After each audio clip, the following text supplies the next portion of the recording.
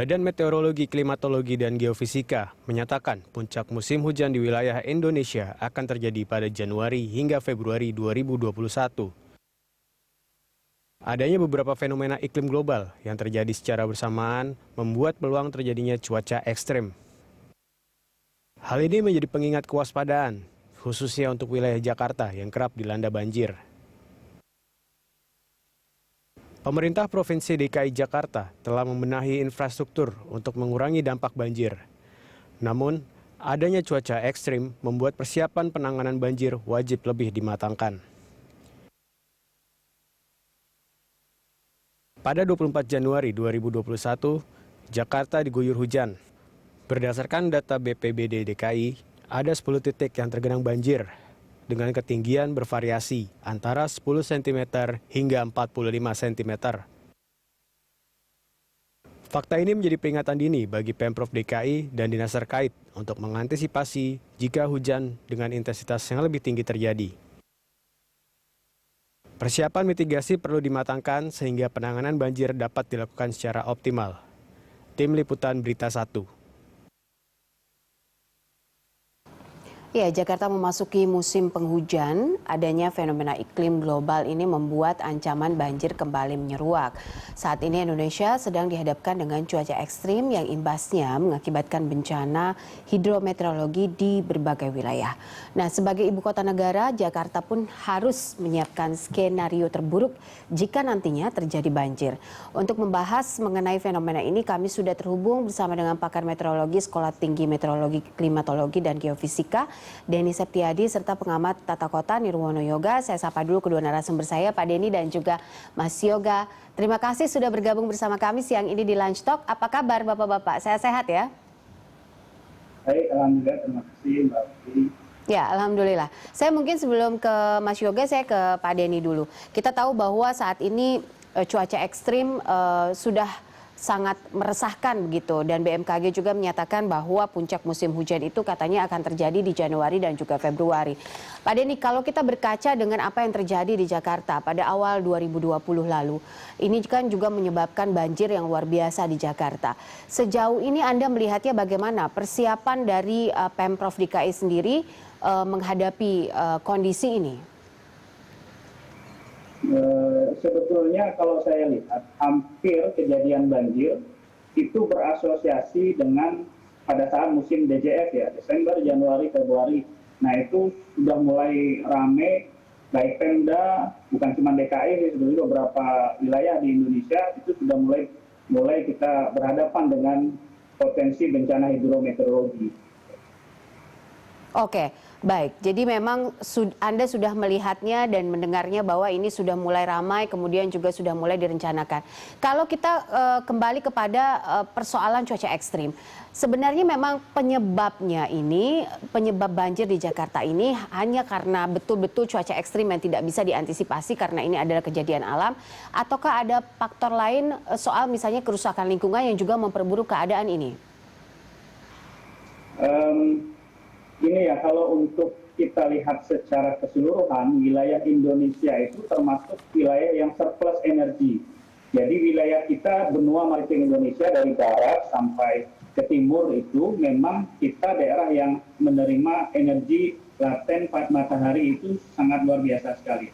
Artinya apa? Potensi tumbuh berkembangnya awan itu masif sekali di wilayah kita. Nah, atas itu sebetulnya kita juga memahami juga di DJF itu hampir adalah masa-masa krusial untuk kita berpikir kira-kira ada potensi bencana hidrometeorologi nggak di DJF itu. Biasanya seperti itu yang terjadi. Dan curah hujan di wilayah kita memang cenderung kalau dilihat tahunan itu mungkin nggak terlalu, variasinya tidak terlalu signifikan ya. Tetapi ada masanya curah hujan itu jatuh pada masa ataupun waktu yang mungkin misalnya seperti Januari, dia limpahannya itu terlalu besar sehingga membuat potensi sebetulnya wilayah itu tidak mampu menerima jumlah air yang begitu besar dari atmosfer, kurang lebih begitu kira-kira. Oke, Saya ke Mas Yoga. Mas Yoga, Anda melihatnya kalau kita berkaca pada Januari 2020 di awal tahun 2020 itu juga sempat terjadi bencana yang luar biasa begitu di Jakarta. Artinya ada beberapa hal yang juga diantisipasi oleh BMKG dan juga persiapan-persiapan yang dilakukan oleh Pemprov DKI. Tanggapan Anda soal ini? Ya, sebenarnya kalau kita bandingkan dengan 2020 awal ya, kita ingatkan di awal bulan Januari dan juga nanti di bulan Februari persisnya tahun lalu, bisa dipastikan curah hujannya akan meningkat pesat ya. Kalau dalam catatan kami kan pada saat puncaknya itu bisa mencapai lebih dari 370 mm per hari itu di beberapa wilayah. Artinya cuaca ekstrim ataupun juga curah hujan yang sangat tinggi tadi akan terus terjadi ya, kecenderungannya seperti itu. Apalagi kalau kita melihat laporan dari BMKG, Mbak Popi. Nah, saya melihat paling tidak yang harus diantisipasi itu ada 4 jenis tipe banjir yang nanti perlu diwaspadai oleh Pemprov DKI terkait dengan curah hujan tadi. Yang pertama tentu adalah banjir kiriman, terutama nanti yang perlu diwaspadai kalau daerah Puncak Bogor dan sekitarnya hujan deras, sementara Jakarta belum terlalu hujan deras, tetapi yang perlu diwaspadai adalah seluruh permukiman, terutama yang berada di bantaran kali. Ini bisa dipastikan dalam waktu 6 jam kemudian daerah-daerah pemukiman di bantaran kali akan terdampak banjir kiriman tersebut. Itu PR pertama, artinya harus sudah mulai disiapkan tempat pengungsian. Kemudian yang kedua yaitu banjir lokal ya. Kalau kita lihat tanggal 24 kemarin kategorinya lebih kepada banjir lokal di mana daerah Bodetabek tidak terlalu hujan lebat, tetapi DKI terjadi hujan sementara sistem drainase kita tidak berfungsi dengan optimal. Ini tipikal dari banjir lokal ya. Tahun lalu cenderung sebenarnya kepada banjir lokal kasusnya. Sedangkan yang ketiga pada saat bersamaan juga pada saat nanti pada saat bulan purnama terjadi air pasang. Artinya kawasan permukiman di pantai utara akan terdampak banjir rob. Nah, yang perlu kita khawatirkan atau perlu waspadai lebih serius lagi, intensif ya, yaitu pada saat nanti pada hari yang bersamaan terjadi 3 tipe banjir tadi itu Mbak Popi ya. Terjadi hujan deras di puncak, kemudian di DKI Jakarta juga hujan lebat dan terjadi air pasang. Nah, bisa dipastikan pada saat tersebut Jakarta akan terancam oleh 3 jenis tadi, banjir kiriman, banjir lokal dan banjir rob. Ini yang seringkali pada saat 5 tahunan itu sering terjadi. Nah, kalau ini yang terjadi bisa dipastikan dampak banjirnya akan lebih parah dari tahun lalu Mbak Popi.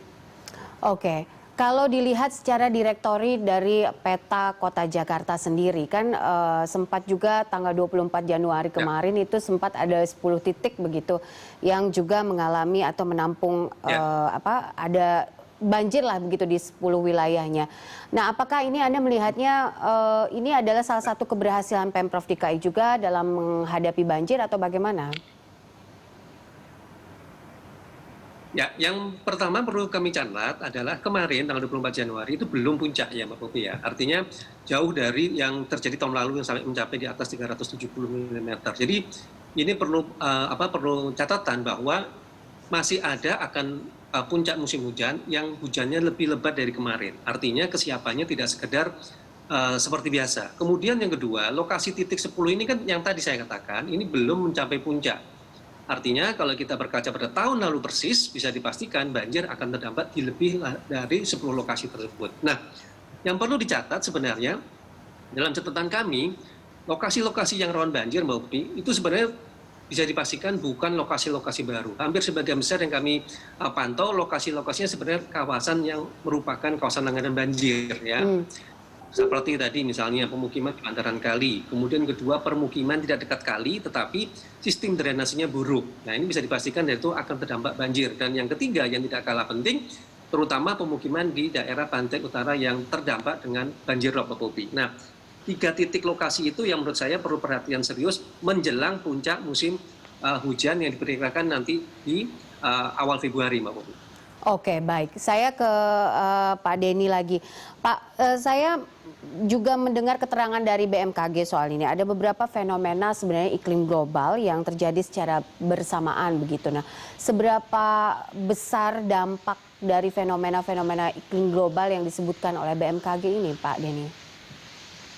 Jadi ketika kita menganalisis cuaca, itu kan kita melihat trennya dulu. Trennya itu bisa kita lihat dari faktor globalnya seperti apa, regionalnya seperti apa, dan lokalnya seperti apa.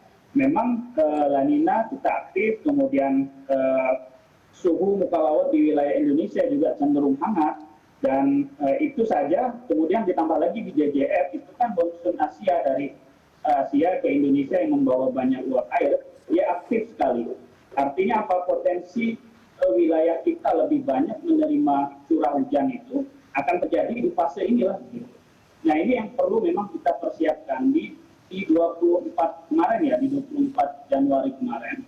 Itu sempat kami lihat di satelit saja, itu awannya saja sudah memanjang hampir kurang lebih 500 km panjangnya.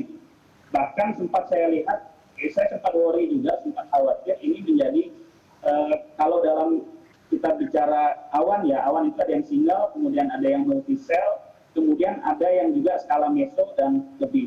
Nah, kemarin itu hampir masuk dalam skala meso. Jadi sudah awannya itu, bahkan saya lihat itu jam 4 subuh, dia sudah ada di sekitar wilayah Jakarta, kemudian Lampung, Banten, kemudian Bekasi. Nah, wilayah-wilayah itu yang memang cenderung harus kita lebih perhatikan untuk potensi terjadinya hidrometeorologi, dalam hal ini banjir tadi. Oke. Dari apa yang disebutkan Pak Denny tadi, Mas Yoga, tentu saja ini tidak lepas dari rencana yang harusnya dimatangkan. Apa yang menurut Anda input dan juga titik-titik yang harus diperhatikan saat ini, serta rencana yang bisa dimatangkan oleh Pemprov setempat? Betul, jadi kalau dari masukan Pak Denny, menurut saya ada 4 langkah besar yang harus dilakukan segera oleh Pemprov DKI ya dalam waktu minggu-minggu ini. Yang pertama, harus diakui memang dalam 3 tahun terakhir ini kan tidak ada upaya pembenahan sungai ya, termasuk pelebaran dan relokasi warga. Artinya bisa dipastikan nanti di puncak musim hujan ini pemukiman yang di bantaran kali akan terdampak banjir parah. Nah ini karena kondisinya kita belum merelokasi, maka tempat pengungsian harus segera disiapkan, Mbak Popi, ya, terutama pemukiman di bantaran kali. Ini PR pertama.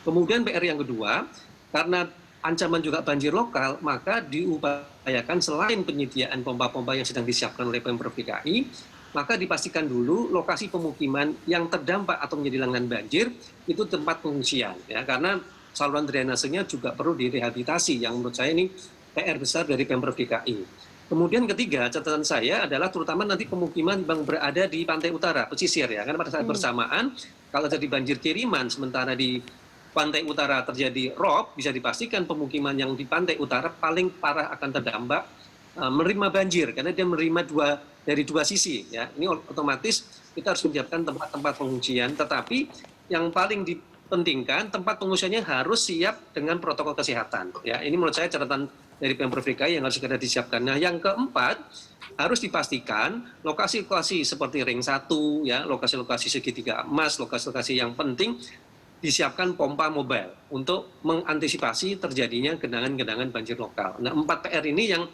baru saat ini bisa dilakukan, tetapi itu tidak menyelesaikan masalah banjir, Mbak Popi ya. Ini sementara, masih dalam konteks darurat ya. Artinya perlu langkah serius lagi ke depan kalau memang Jakarta benar-benar ingin bebas banjir tadi, Mbak Popi. Oke, mungkinkah Jakarta bebas banjir dan apa saja yang harus dilakukan? Apakah memang cuaca ekstrim ini hanya salah satu penyebabnya atau memang kelalaian kita sebagai manusia yang mungkin kurang menjaga lingkungan begitu? Contohnya banyak sekali sampah-sampah yang masih bertebaran di bantaran kali di Jakarta. Tapi nanti kita akan tanyakan kepada para pakar. Usai jeda pemirsa, tetaplah bersama kami dalam Lunch Talk.